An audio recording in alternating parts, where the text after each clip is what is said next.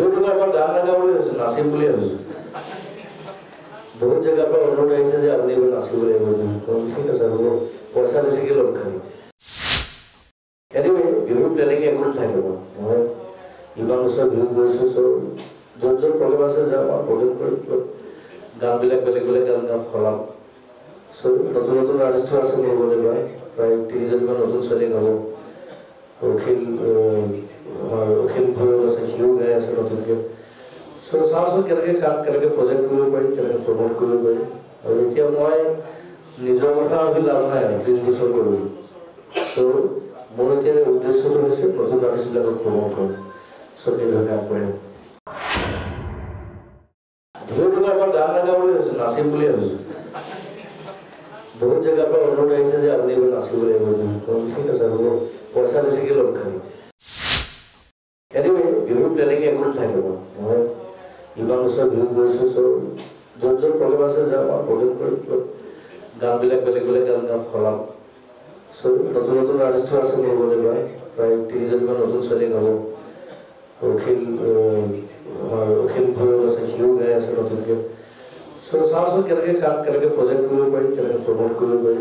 আৰু এতিয়া মই নিজৰ কথা ভাবি লাভ নাই আৰু 30 বছৰ কৰিলোঁ। মোৰ এতিয়া উদ্দেশ্যটো হৈছে নতুন আৰ্টিষ্টবিলাকক প্ৰমোট কৰা। এইভাগে আগবাঢ়িম। বিহুৰ আগত গান নাগাওঁ বুলি ভাবিছোঁ, নাচিম বুলি ভাবিছোঁ। বহুত জেগাৰ পৰা অনুৰোধ আহিছে যে আপুনি এইবাৰ নাচিব লাগিব।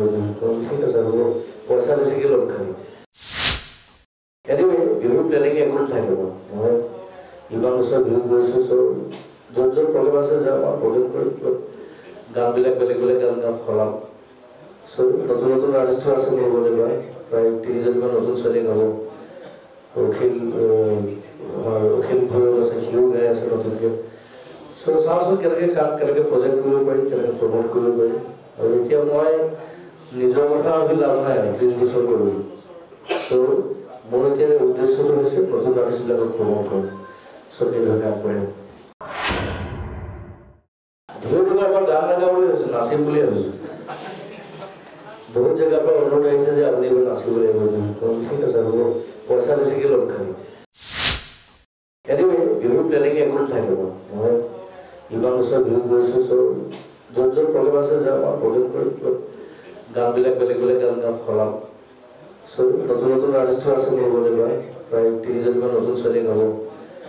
অখিল ভৈৰৱ আছে, সিও গাই আছে নতুনকৈ। চাওঁচোন কেনেকৈ কেনেকৈ প্ৰজেক্ট কৰিব পাৰি, কেনেকৈ প্ৰমোট কৰিব পাৰি।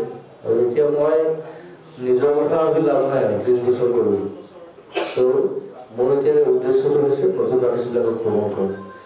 এইভাগে আগবাঢ়িম।